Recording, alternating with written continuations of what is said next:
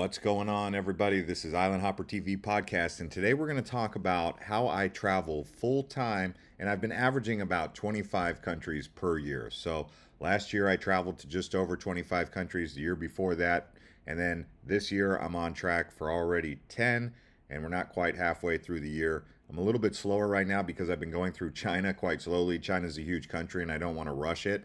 But even though I'm going to all these countries, I'm also going into these countries like Australia last year, and I did like 7 or 8 big cities, and I even went up the coast from Sydney all the way to Cairns. So it's been quite an amazing journey, and I don't have a house, I don't have a car. I do have a job though. I do have income, and that's really important. We're going to talk about all that. So let's talk about how I do my strategy for traveling, okay? And then I'll kind of lead into how the money comes in and how much it all costs. But let's talk about the strategy. So, for example, I'll pick a region. Last year I did Europe before I did Australia.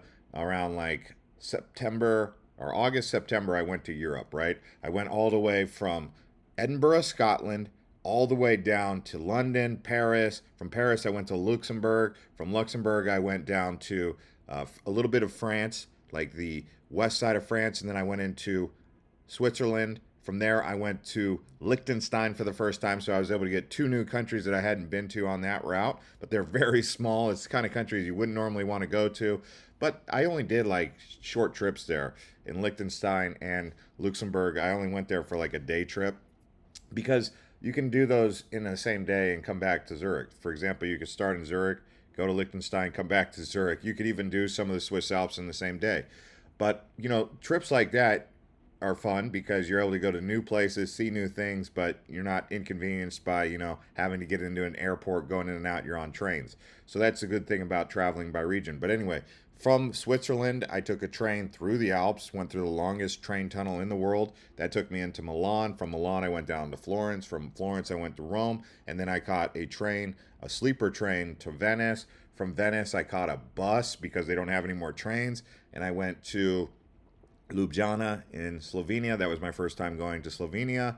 I was going to take a bus or a train from Slovenia further into the Balkans, but I ended up taking a flight for the first time. I was trying to avoid planes, but once I got into like that part of Europe, the Balkans, it seemed like I had to fly more unless I wanted to be stuck on a really long bus, and I just wasn't really into that. And I've done private cars. Like I did a private car before a couple years ago from like Montenegro to Tirana, Albania. I wouldn't do that again just because that border with Montenegro and Albania is awful. And once you get into Albania, it's a little bit different than what you're experiencing in Croatia and Montenegro, let's just say that. But yeah, so on that route then from Ljubljana, I also got into a flight again, and I flew to Serbia, Belgrade. Okay, that was my first time in Belgrade. I stayed like 3 or 4 days in Belgrade. I kind of slowed down when I got to Belgrade. I found a nice price point, nice city, good vibes. It's not too overcrowded like the rest of Europe. And then I decided I wanted to go to Romania the first time. I was in between whether or not I wanted to take like a bus or a train or just checking other alternatives. I was even thinking about going to Sarajevo, Bosnia. I decided against that. It's a beautiful area, and really, if I do the Balkans, that's a whole micro region inside of Europe, and that's the whole thing. Is like a lot of these places that I'm talking about. Yeah, I'm doing the region as a greater whole, like going to Europe as a big region, but you could easily explore around Switzerland and take 10 days. You could easily explore around France and take 2 weeks, 3 weeks. Same with Spain. It just depends, but those are all micro regions. But the Balkans are a micro region, and you could take a lot more time exploring around there in the beautiful region, even going over towards Romania. But anyway, I went to Romania for the first time. I went to Bucharest. Then from Bucharest, I said I don't want to take any more planes, so I decided I wanted a private car. I took a private car into Bulgaria.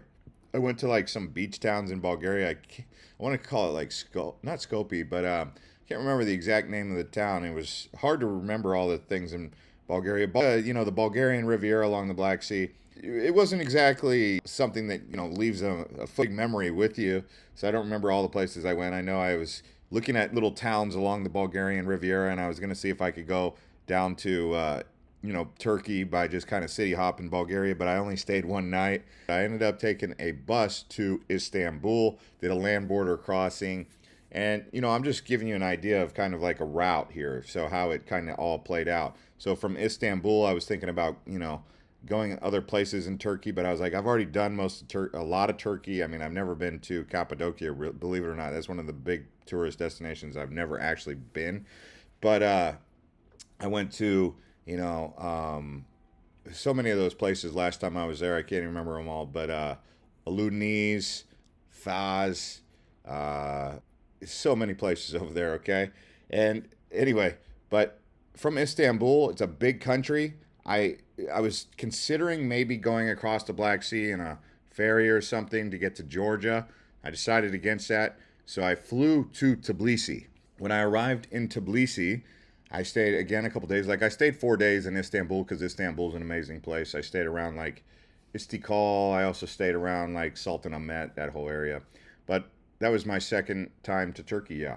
So from Tbilisi, stayed again a few days. I was getting a little bit of travel fatigue because that does happen when you travel a lot.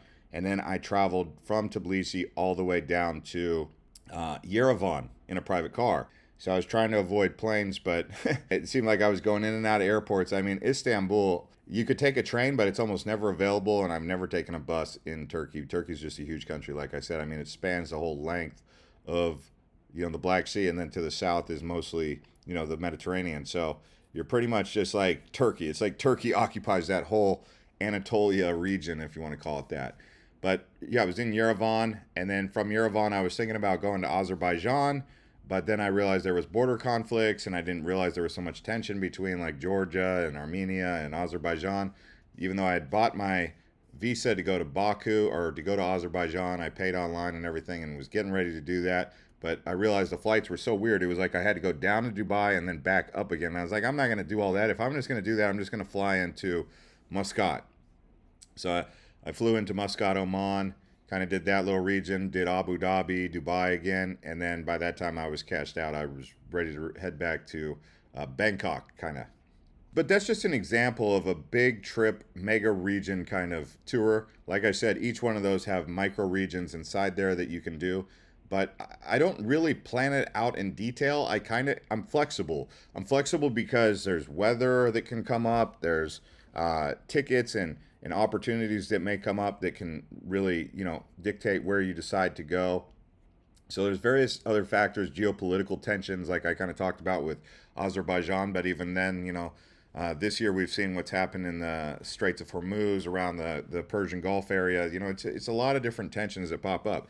But I came back for about a month, kind of recalibrated, stayed about a month in Bangkok or in Singapore, split it up.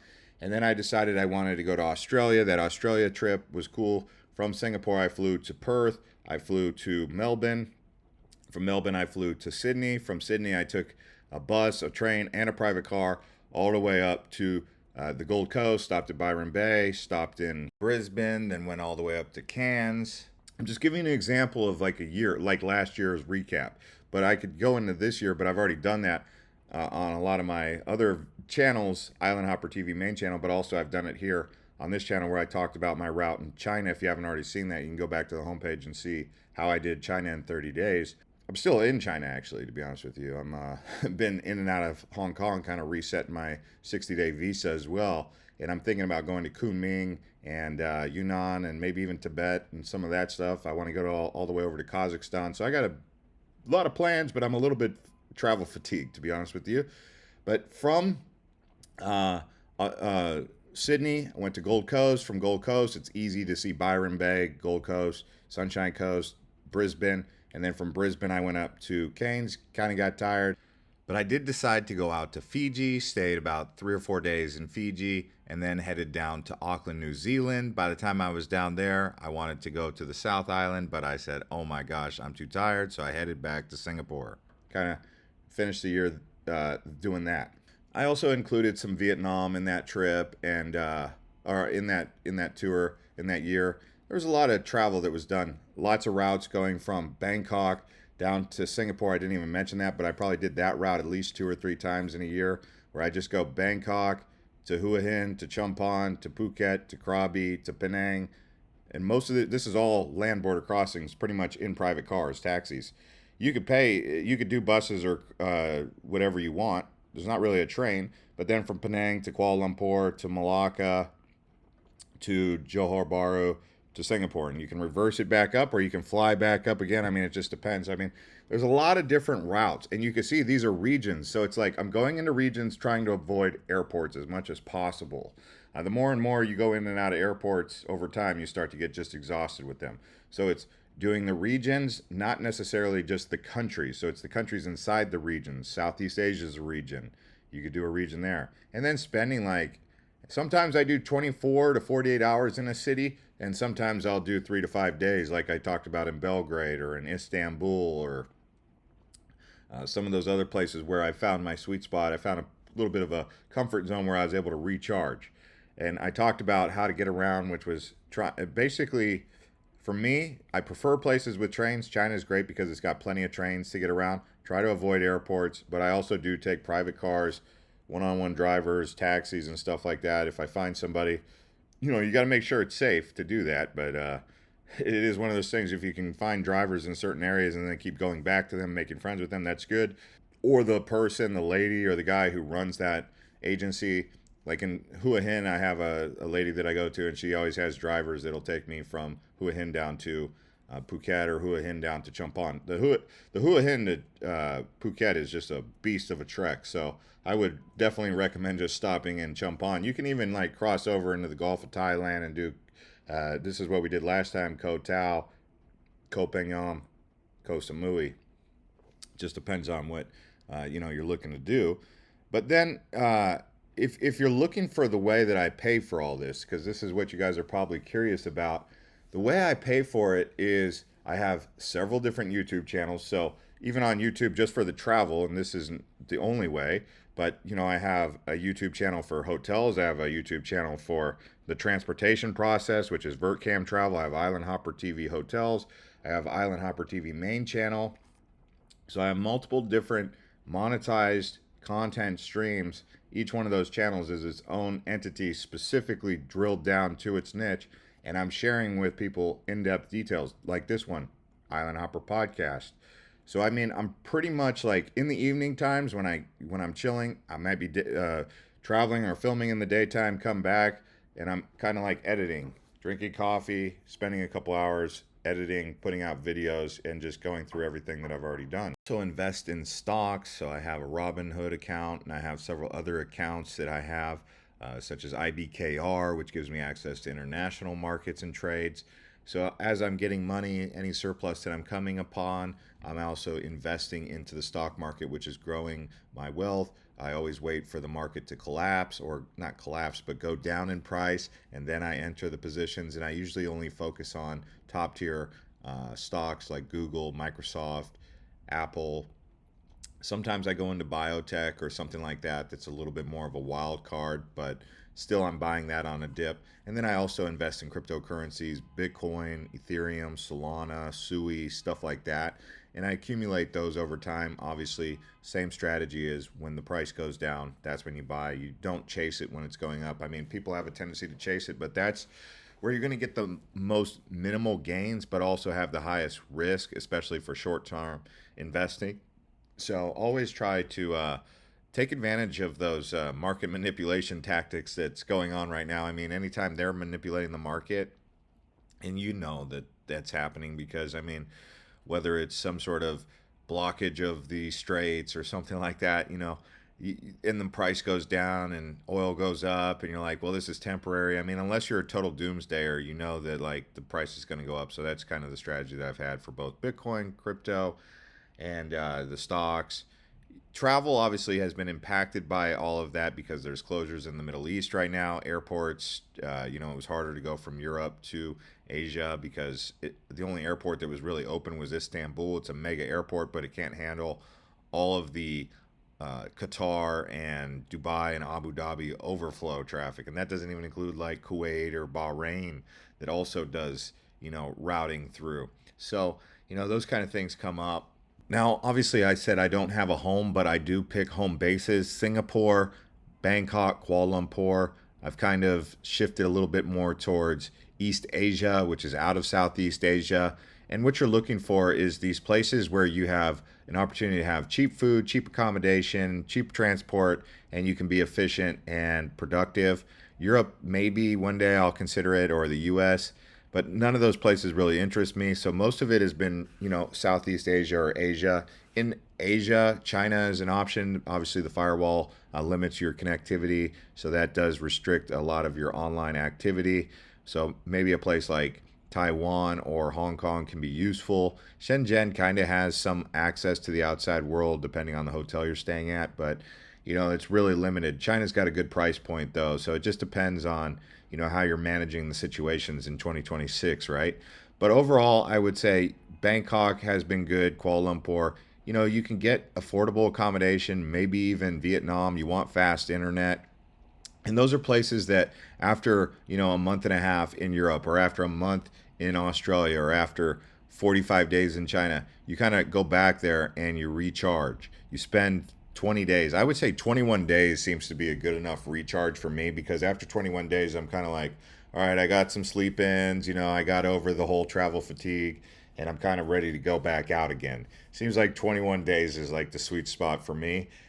So 21 days in a place like Bangkok. And then from Bangkok, it's got a big international airport. You can either fly out of there and catch a flight over to Edinburgh like I did last time, or catch a flight down to Singapore, which will ultimately put you right in the middle to go anywhere in the world, which would be in this case Perth. So having those home bases, and I like Bangkok because you can get affordable accommodation, cheap transportation. It's a lively, vibrant city. You can ride the SkyTrain, you can take the subway, you can take cheap tuk-tuks, you can pretty much get all around. Good food pricing, so very value. I found a cheap option in Singapore. I mean, it's not the cheapest place for accommodation. I mean, it seems like I'm paying about $100 a night in Singapore, but I got a nice little location, cheap food. I eat at the hawkers for like $5 per meal, sometimes even less. You can ride the MRT all around the city. And yeah, I mean, Singapore, I'm not spending too much. I also ride a lot of bikes over there. So 2 or 3 hours on a bike is a great exercise. Those kind of things help eat up time in between, other than shopping, because that's something that can take a lot of my money, is just like, I don't know, feeling the need to go shopping at the mall. And then I walk out there and I'm like, man, I just spent a lot of money and I don't even know why. I didn't even need any of that stuff, whether it be a new hat or new shoes or, new clothes. So that's like something to burn time. But in Singapore, you have outdoor activities that instead of like wanting to go shopping, you're like, let's go do some exercise. Not every city is going to have that kind of environment. Like Bangkok, for example, the exercise it seems like is changed by going out to a pub or a bar and like having some beer. Whereas in Singapore, you don't really feel that need to do that. You know, it just depends on building that lifestyle as that second home, as you could say. So, anyways, guys, hope that helps. See you guys on the next one.